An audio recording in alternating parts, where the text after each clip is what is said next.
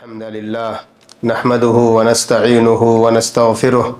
ونؤمن به ونتوكل عليه ونعوذ بالله من شرور أنفسنا ومن سيئات أعمالنا من يهده الله فلا مضل له ومن يضلل فلا هادي له وأشهد أن لا إله إلا الله وحده لا شريك له وأشهد أن نبينا محمدا عبده ورسوله أرسله الله بالحق بشيرا ونذيرا فأعوذ بالله من الشيطان الرجيم يا أيها الذين آمنوا اتقوا الله حق تقاته ولا تموتن إلا وأنتم مسلمون يا أيها الناس اتقوا ربكم الذي خلقكم من نفس واحدة وخلق منها زوجها وبث منهما رجالا كثيرا ونساء واتقوا الله الذي تساءلون به والأرحام إن الله كان عليكم رقيبا يا أيها الذين آمنوا اتقوا الله وقولوا قولا سديدا يصلح لكم أعمالكم ويغفر لكم ذنوبكم ومن يطع الله ورسوله فقد فاز فوزا عظيما أما بعد فإن خير الحديث كتاب الله وخير الهدي هدي محمد صلى الله عليه وسلم وشر الأمور محدثاتها وكل محدثة بدعة وكل بدعة ضلالة وكل ضلالة في النار اللہ کی تعریف، اس کی بڑائی و کبریائی، جتنے بھی نبی اور رسول اس دنیا میں بھیجے گئے سب پر درود و سلام، بالخصوص ہمارے آخری نبی محمد مصطفیٰ صلی اللہ تعالی علیہ وآلہ وسلم پر، آپ کی آل و اولاد، آپ کے صحابہ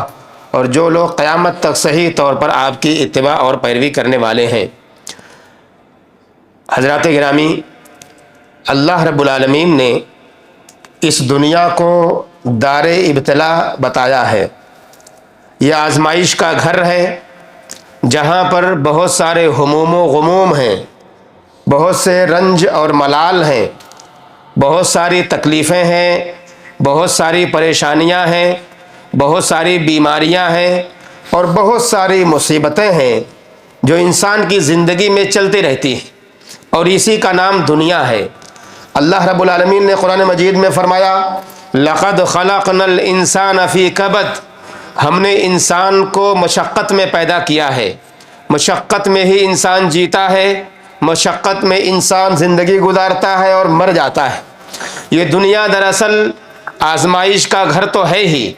ساتھ میں یہ بھی کہ دنیا جنت کے مقابلے میں بالکل برعکس ہے۔ جنت وہ جگہ ہے جہاں پر کسی بھی طرح کا ہم و غم نہیں، جہاں پر کسی بھی طرح کا رنج و ملال نہیں، جہاں کسی بھی طرح کی کوئی پریشانی نہیں۔ اللہ رب العالمین نے قرآن مجید میں فرمایا لا یمسہم فیہا نصب وما ہم منہا بمخرجین، کہ جنت کے اندر جنتیوں کو کسی بھی طرح کی تھکاوٹ نہیں آنے والی اور نہ ہی وہ جنت سے کبھی نکالے جائیں گے۔ اس کا مطلب یہ ہوا کہ جنتیوں کے دل کبھی بھی چند جملوں سے مقدر نہیں ہوتے، یعنی ان کو تکلیف نہیں پہنچتی، ان کو رنج و ملال نہیں ہوتا کہ اگر کسی نے کچھ کہہ دیا انہیں تو انہیں تکلیف ہو جائے۔ دنیا کا معاملہ بالکل برعکس ہے۔ دنیا میں کسی نے ہمارے بارے میں ایک جملہ بھی استعمال کر لیا جو ہمارے مزاج کے خلاف ہے، فوری طور پر ہمارے دل کو تکلیف پہنچ جاتی ہے، ہم اسے برا مان لیتے ہیں۔ جنت کا معاملہ بالکل برعکس ہے۔ اللہ رب العالمین نے فرمایا لا يسمعون فیہا لغوا ولا تأثیما، جنت کے اندر جنتی کسی بھی طرح کی بیہودہ بات نہیں سنیں گے اور نہ ہی کوئی گناہ والی بات وہ اس میں سنیں گے۔ الا قیلا سلاما سلاما، صرف ایک بات، ایک رٹ وہاں لگائی جائے گی اور وہ یہ ہوگی کہ لوگ کہیں گے سلام ہو سلام ہو، یہی بات جنت کے اندر چلتی رہے گی۔ مسلمانوں، اللہ رب العالمین کی طرف جانے والا جو راستہ ہے اس میں یہ رکاوٹ ہے، رنج و غم،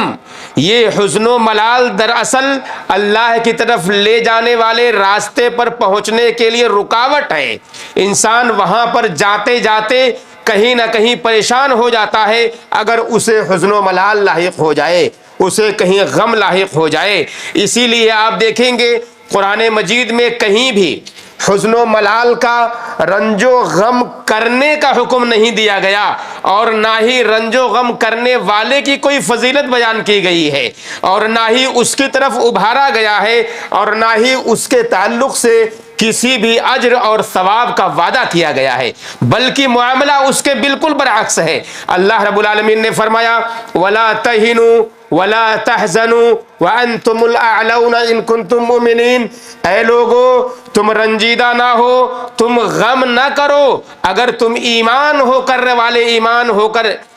والے ہو کر رہے تو اللہ رب العالمین نے فرمایا کہ تم ہی سر بلند رہو گے، کامیابی تمہیں ہی ملے گی۔ تو اللہ رب العالمین نے رنج و ملال کو حزن و غم نہ کرنے کے لیے کہا ہے کہ اے لوگوں حزن و ملال مت کیا کرو، غم مت لاؤ اپنے سینوں کے اندر، غم زدہ مت ہوا کرو۔ اسی لیے انسان کو چاہیے کہ حزن و ملال کو اپنے پیچھے چھوڑنے کی کوشش کرے۔ اگر دنیا کے اندر کوئی غم لاحق ہو تو اسے پیچھے چھوڑنے کی کوشش کرے، اسے اپنے اوپر حاوی نہ ہونے دے، اس کو دھتکارے، اس کو دور کر دے اپنے آپ سے۔ اللہ کے نبی محمد الرسول اللہ صلی اللہ علیہ وسلم نے ارشاد فرمایا، بلکہ اللہ کے نبی صلی اللہ علیہ وسلم جس سے پناہ طلب کیا کرتے تھے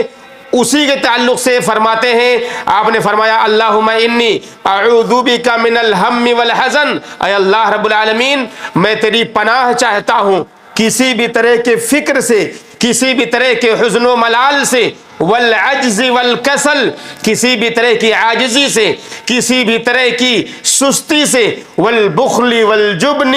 بخیلی سے بھی تیری پناہ چاہتا ہوں اور بزدلی سے تیری پناہ چاہتا ہوں،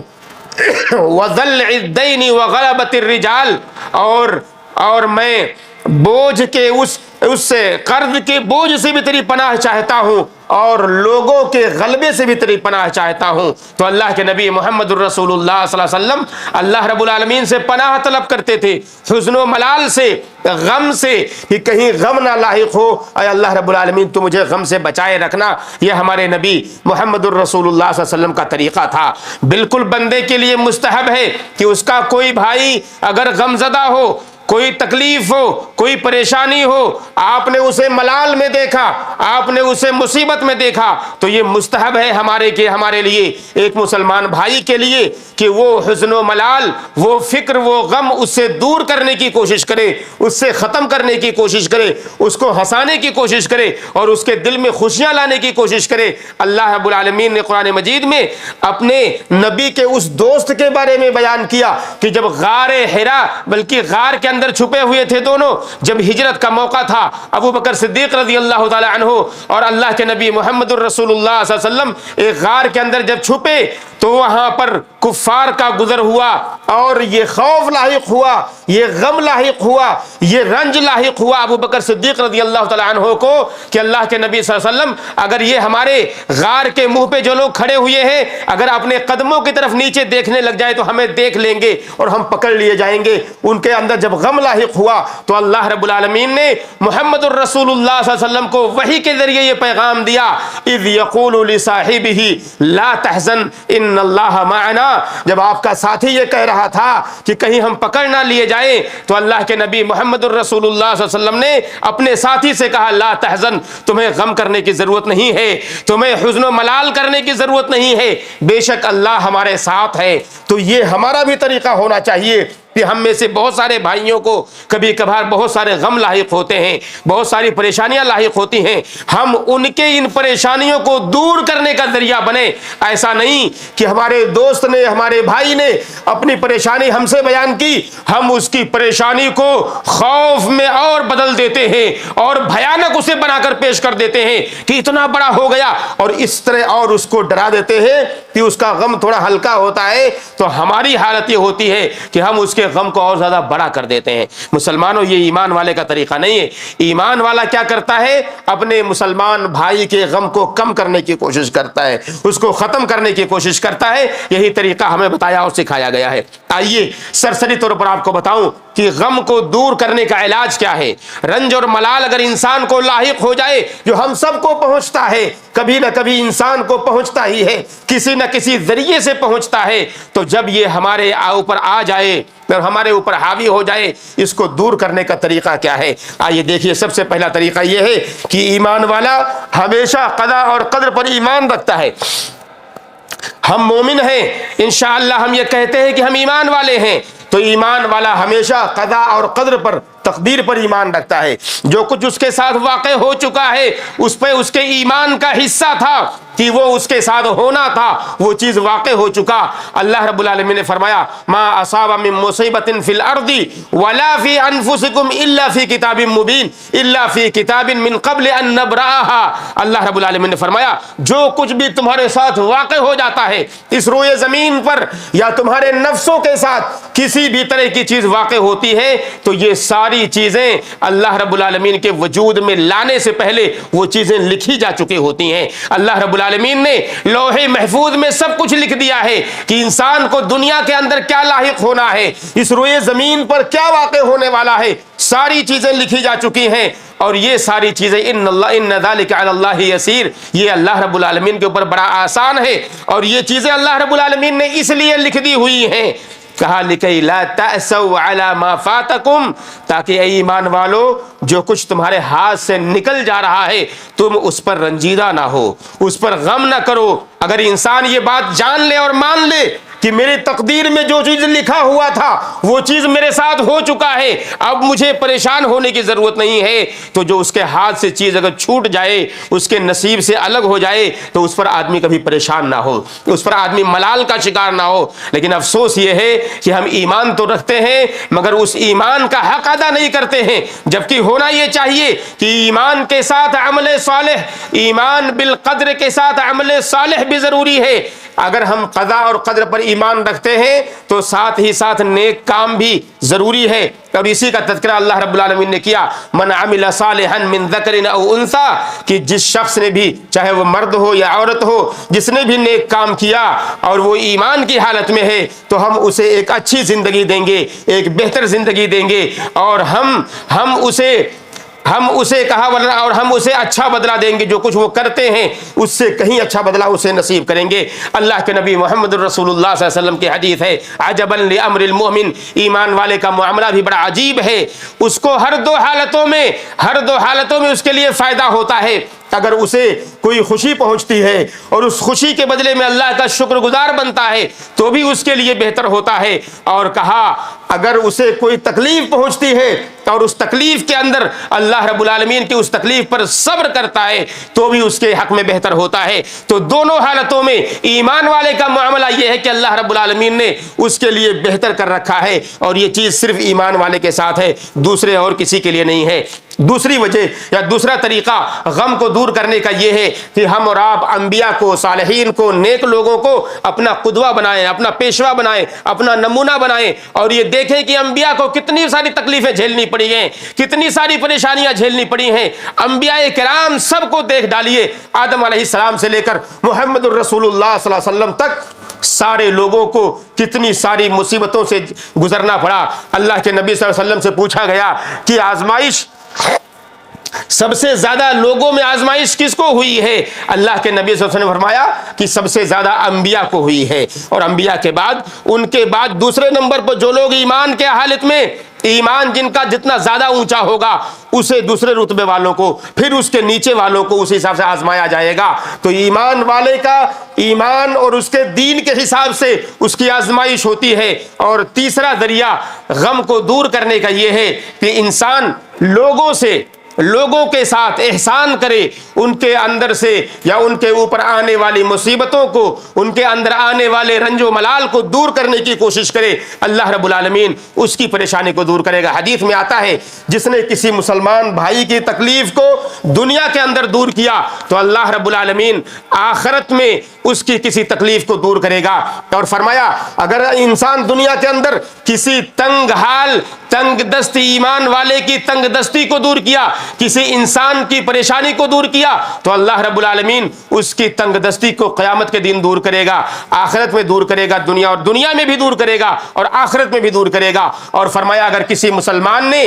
کسی مسلمان بھائی کے پر پردہ ڈالا، اس کے عیب کو چھپا لیا، اسے معلوم تھا کہ اس کو وہ عیب والا ہے، اس کے باوجود اس کے عیب کو چھپا لیا، تو اللہ کے نبی صلی اللہ علیہ وسلم فرماتے ہیں قیامت کے دن دنیا اور آخرت میں، بلکہ دنیا اور آخرت میں اللہ رب العالمین اس کے اس عیب پر پردہ ڈال دے گا اور اس کو چھپا لے گا۔ تو مسلمانوں، چوتھی اور آخری بات یہ ہے کہ اگر کسی مسلمان کو اپنے اندر سے اپنی پریشانی کو، رنج اور ملال کو دور کرنا ہے تو اسے کیا کرنا چاہیے؟ اللہ رب العالمین سے دعا کرنی چاہیے، تضرع اور گریہ وزاری کرنی چاہیے، اللہ رب العالمین کے سامنے گڑ گڑانا چاہیے، اس سے مانگنا چاہیے کہ یہ پریشانی اللہ رب العالمین دور کر دے۔ اللہ رب العالمین نے قرآن مجید میں فرمایا امن یجیب المضطر اذا دعاہ ویکشف السوء، کون ہے وہ جو اللہ رب العالمین کے علاوہ دنیا کے اندر کون ہے جو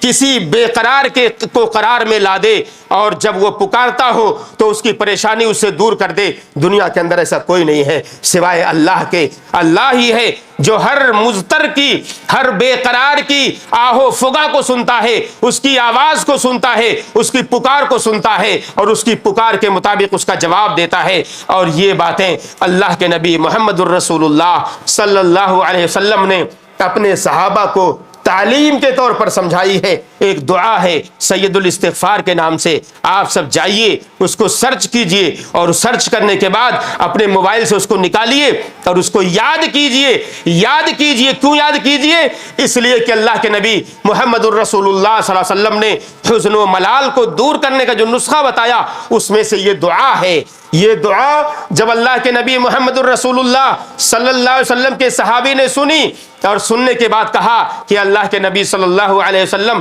کیا ہم اسے یاد کر لیں؟ تو اللہ کے نبی صلی اللہ علیہ وسلم نے کہا بلا، ہاں کیوں نہیں، ینبغی لمن سمعها ان يتعلمها، ہر وہ شخص جو اسے سنے اسے چاہیے کہ اسے یاد کر لے۔ تو سید الاستغفار میں پڑھ کر نہیں بتاتا، اتنا وقت نہیں ورنہ میں آپ کو سناتا۔ آپ سب جائیے، آپ اس کو پڑھیے اور یاد کیجئے اور یاد کرنے کے بعد ہمیشہ وہ دعا مانگتے رہیے، اللہ رب العالمین ضرور ہمارے رنج و غم کو دور کرے گا۔ ایک دعا جو اللہ کے نبی صلی اللہ علیہ وسلم کثرت سے پڑھا کرتے تھے، لا الہ الا اللہ العظیم الحلیم، لا الہ الا اللہ رب العرش العظیم، لا الہ الا اللہ رب السماوات ورب الارض ورب العرش الکریم۔ یہ دعا اللہ کے نبی صلی اللہ علیہ وسلم کثرت سے پڑھا کرتے تھے جب کسی بھی طرح کا غم لاحق ہوتا، حزن اور ملال لاحق ہوتا۔ اللہ سے دعا کریں کہ اللہ رب العالمین ہم سارے مسلمانوں کو پریشانیوں سے نجات دے، ہم سارے مسلمانوں کو تکلیفوں سے نجات دے۔ اے اللہ ہم سب کو حزن و ملال سے دور کر دے، اے اللہ سارے مسلمانوں کے سینے کو صاف اور پاک کر دے۔ اے اللہ تعالی ہمارے اوپر آنے والی پریشانیاں ہم سے بچا لے، اے اللہ تعالی پریشانیوں سے ہمیں بچا لے، تکلیفوں سے ہمیں نجات دے دے، دنیا کے سارے مسلمانوں کو پریشانیوں سے بچا لے، تکلیفوں سے انہیں نجات دے دے۔ جب تک ہمیں زندہ رکھ اسلام پر، ہمارا خاتمہ ہو تو ایمان پر ہو۔ السلام علیکم ورحمۃ اللہ وبرکاتہ۔ ناظرین اکرام، اسلامک ٹی وی اس چینل کو ابھی تک جنہوں نے سبسکرائب نہیں کیا ہے برائے مہربانی اس چینل کو سبسکرائب ضرور کریں اور ہر دن کی اپڈیٹ کے لیے اس کے ساتھ ہی ایک بیل، ایک گھنٹی کا نشان آئے گا، اسے آپ ضرور پریس کریں اور اسے دبا کر آپ ہمارے ساتھ تعاون فرمائیں۔ جزاک اللہ خیر۔ السلام علیکم ورحمۃ اللہ وبرکاتہ۔